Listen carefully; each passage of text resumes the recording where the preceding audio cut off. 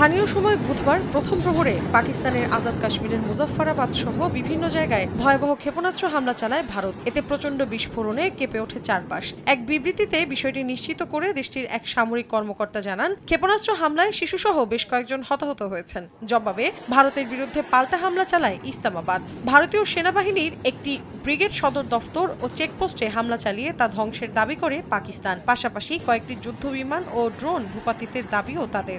এছাড়া দুদেশের সীমান্তে চলে তীব্র গোলাগুলি।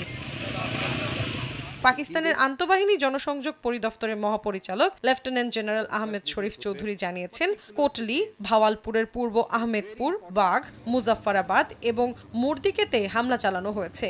আহমেদপুর এবং কোটলির দুটি মসজিদে ভারতের মিসাইল আঘাত হেনেছে বলেও দাবি করেন তিনি। আইএসপিআর আরও জানায়, ভারতের আগ্রাসনের যথাযথ জবাব দিচ্ছে পাকিস্তানের সেনারা। নিরাপত্তার স্বার্থে